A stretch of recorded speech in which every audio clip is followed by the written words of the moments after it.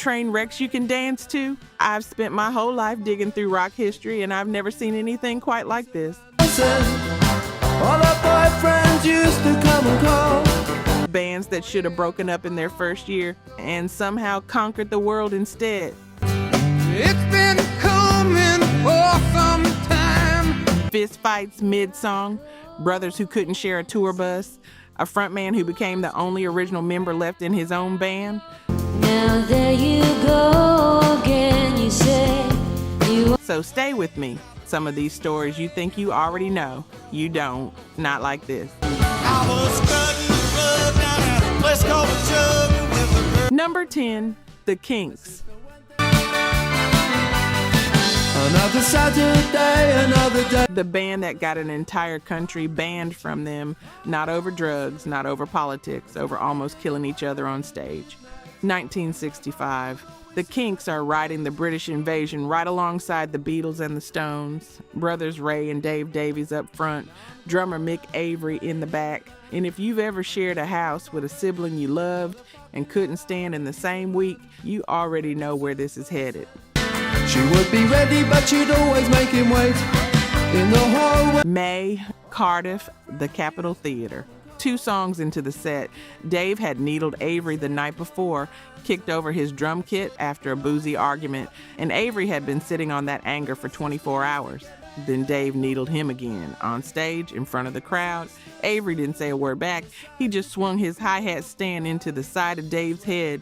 Dave went down, unconscious, on the stage, in front of thousands of people. My sister should have. Here's the part that gets me.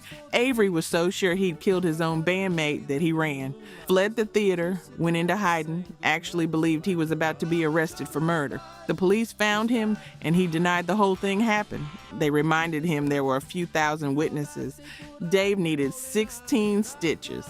He dropped the charges to save the band, but the band couldn't save itself from what came next. Always there.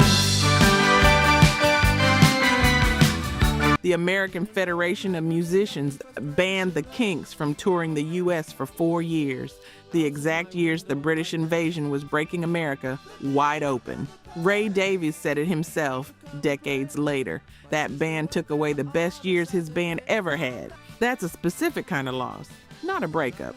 A door that just never opens again at the exact moment you need it to. At midnight, and my mom would always sit up and wait. Number 9, Creedence Clearwater Revival. I wanna know, have you ever? Imagine being so talented your old record label drags you to court for sounding too much like yourself. I know, I didn't believe it either. Creedence Clearwater Revival, 1968 to 1972.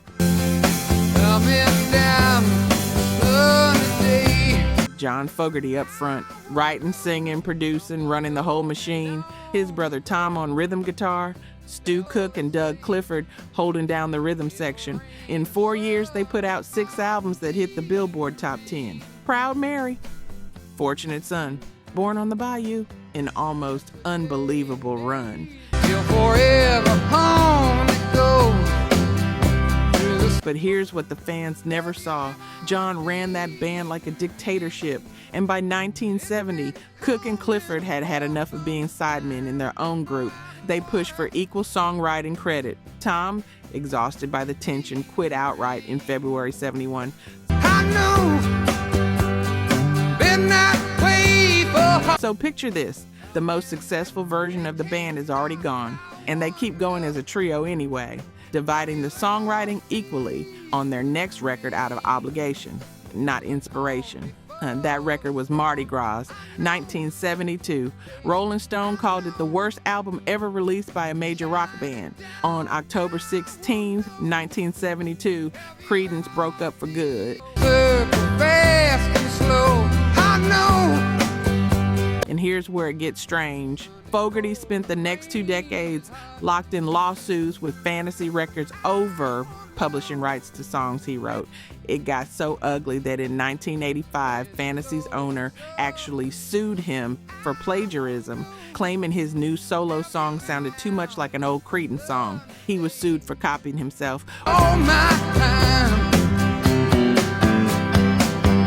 What do you do when the song you wrote with your own hands in your own band stops legally belonging to you? Fogerty fought it all the way to the Supreme Court and won, but not before he refused to let Cook and Clifford perform with him at their own Rock and Roll Hall of Fame induction in '93. They walked out, a band that never even reunited for the one night that was supposed to honor them. Number 8, Fleetwood Mac. 5 people, 3 breakups, 1 album. Here's the thing about Fleetwood Mac going into 1976. They're not bandmates anymore so much as 2 ex-couples and a marriage on the rocks, all required to show up to the same studio every single day. Stay with me, because this is wild, even by rock standards. Now there you go again, you say. John and Christine McVie, married since 1960 date, divorcing. Lindsey Buckingham and Stevie Nicks, together since they were teenagers, splitting up mid-tour. And Mick Fleetwood's marriage was quietly collapsing too, right alongside everyone else's. Any sane band cancels the album. Fleetwood Mac walked into record plant studios in Sausalito and started writing through it, together, in the same room, every day.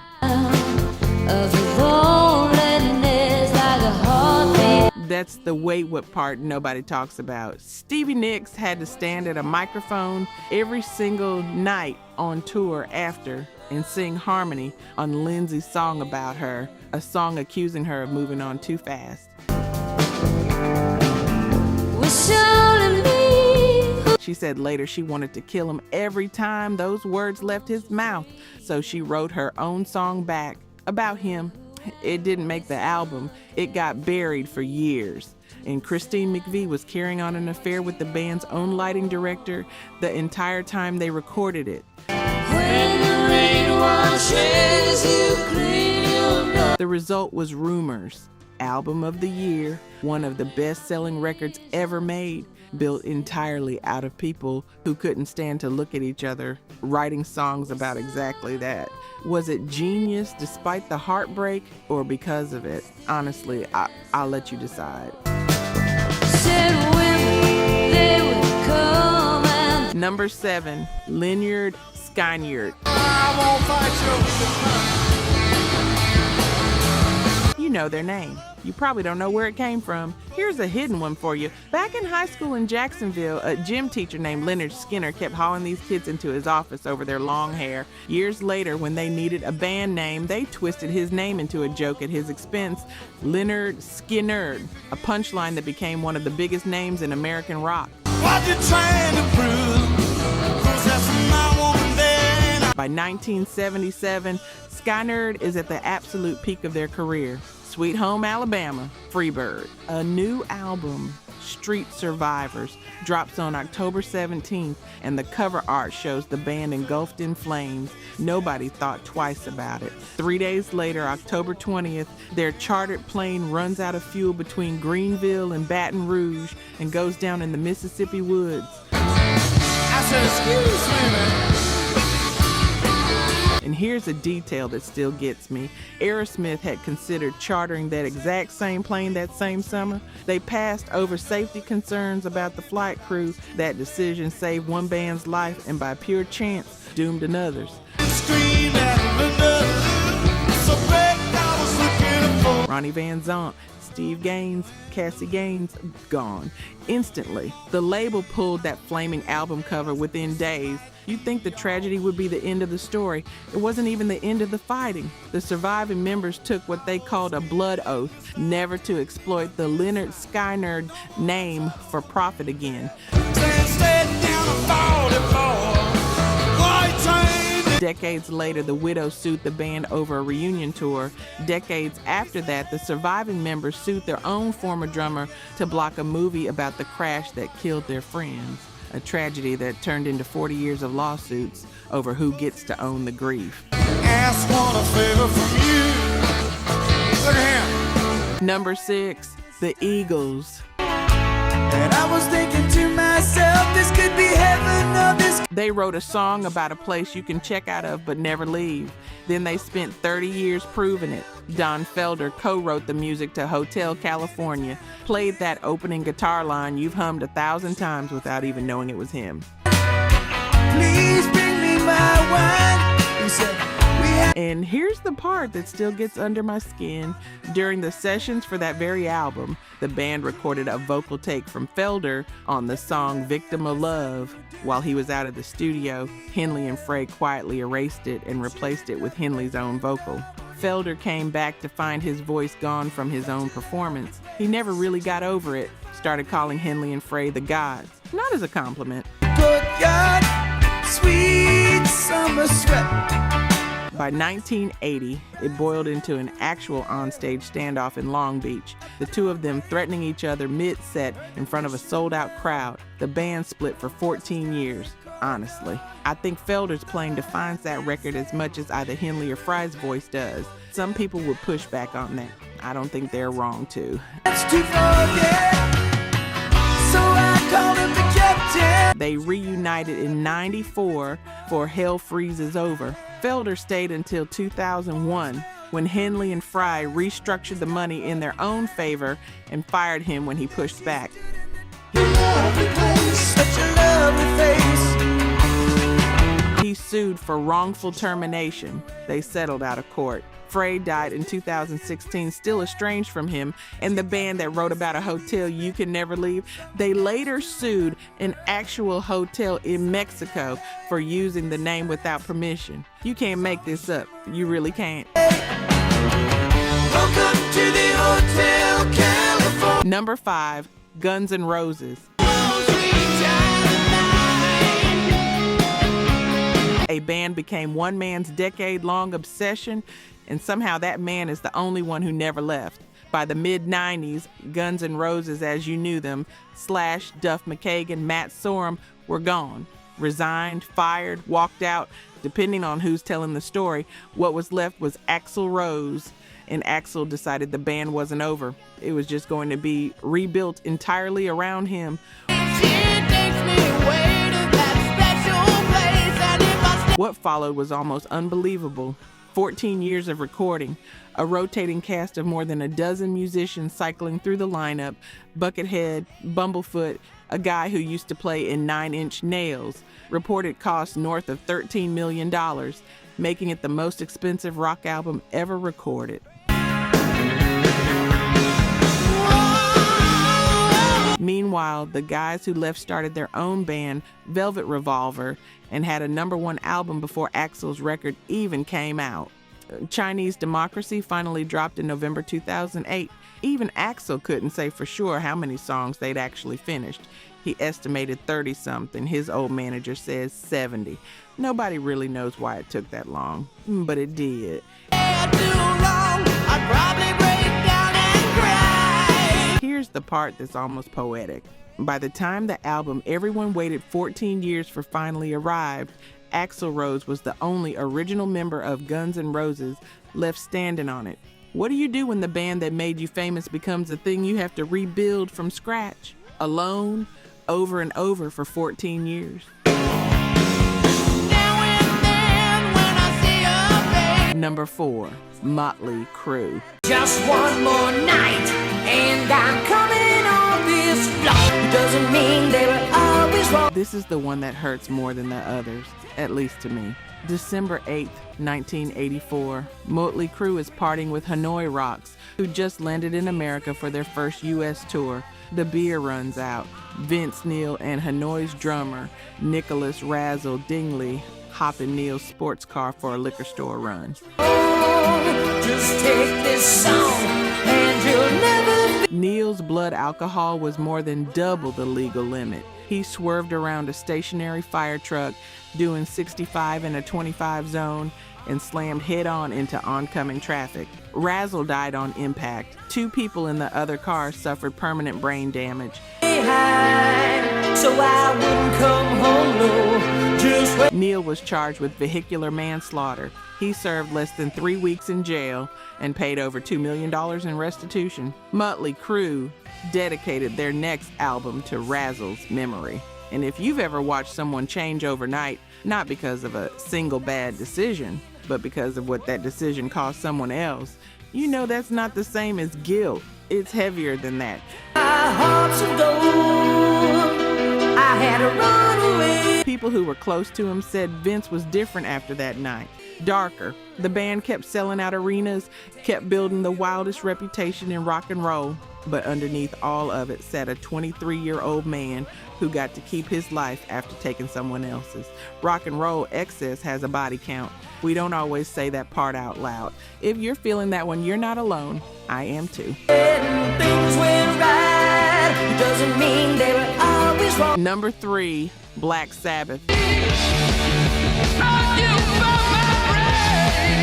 If you already know how this one ends, just sit with me for a second anyway. April 27, 1979. Black Sabbath rents a house in LA to write their next record. Ozzy Osbourne barely shows up there. 6 weeks of missed sessions, deep into addiction, the band falling apart in real time.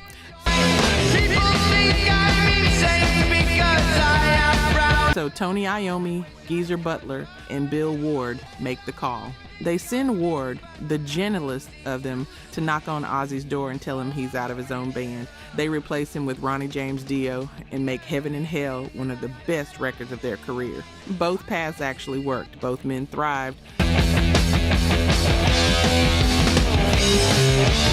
But here's what almost nobody talks about. Ozzy never fully got over that knock on the door. Not in the 80s. Not after every reunion. His own daughter said it plainly decades later. He never got over being fired from Black Sabbath. And then, full circle, the kind you don't see coming. July 5th, 2025, Ozzy, Tony, Geezer, and Bill Ward together on stage for the first time in 20 years in Birmingham, the city where it all started. 42,000 people in the building. Ozzy seated on a throne, fighting Parkinson's, barely able to stand, singing anyway. Doctors had warned him 2 weeks before the show that it might kill him. He did it anyway. Ozzy Osbourne died 17 days later on July 22nd, 2025. If you're getting chills right now, you're not alone. I am too. A wound that opened in 1979 didn't close until the very last thing he ever did was stand on that exact stage with the very men who'd let him go. I need someone to show me. Number 2, the Who. Come on, tell me who are you? There's a version of rock and roll mythology that says self-destruction is part of their act. The Who didn't just buy into that myth, they lived inside it until it killed someone. Keith Moon the Loon, the drummer who set off an actual explosive charge in his kit during a live TV taping in 1967, the blast left Pete Townshend with permanent hearing damage on camera in front of America.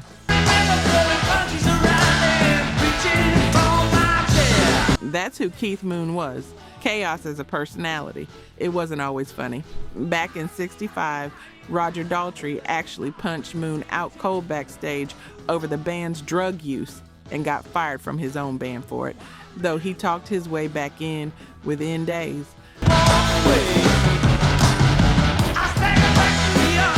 By the late 70s, the Wild Man Act had curdled into something darker. Real alcoholism, real danger. At his own 20th unbirthday party, thrown 8 months early because that's who he was, Moon stood up in front of everyone and announced he was leaving the band. He never got the chance to.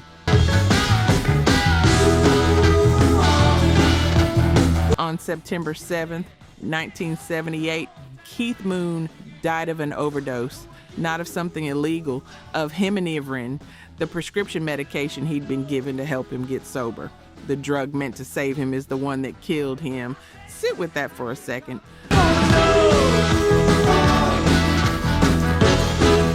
The Who kept going. They had to. But Daltrey said it straight. They all knew it was coming, and it still broke something in the band that never got fixed. You know that feeling, watching someone you love self-destruct in slow motion and somehow still being shocked when it finally happens. That's this one. Number 1, Oasis. I don't believe believe that anybody feels the way I do. Every other band on this list either broke for good or limped along bitter. This is the one that proves it doesn't always have to end that way. Noel and Liam Gallagher built Oasis out of pure combustible sibling chemistry. The same fuel, the exact same fuel that tore it apart. For 15 years, it was guitars thrown, mid-show walkouts, public insults traded in the press like sport. Backbeat, the word is August 28, 2009. Backstage at Rock on Seine, just outside Paris, the brothers get into it one final time. So violently that Noel refuses to go on stage at all. He quits the band that night, citing what he called intolerable verbal and physical intimidation. Oasis is over. Most people figured it was over for good. oh, you've heard it all before, but you never really had a doubt. If you were at a festival anywhere in Britain in the 90s, you already know exactly what that band meant, then exactly how impossible it felt to imagine them ever standing on the same stage again. 15 years of silence, 15 years of the brothers sniping at each other in interviews, each one swearing the other started it. By now, you should have somehow realized what you gotta do. Then, August 2024, out of absolutely nowhere, a single post. The guns have fallen silent, the stars have aligned. An Oasis reunion tour. Nobody believed it would actually happen smoothly. It did. By now, you should have somehow realized what you're not to do. The Live 25 tour grossed over $400 million, sold out stadiums across 3 continents, became one of the highest grossing tours of the year. 2 brothers who once couldn't share a green room, sharing a stage every single night for over a year. Which one hit you the hardest on this list? I already know the comments are going to be split. Today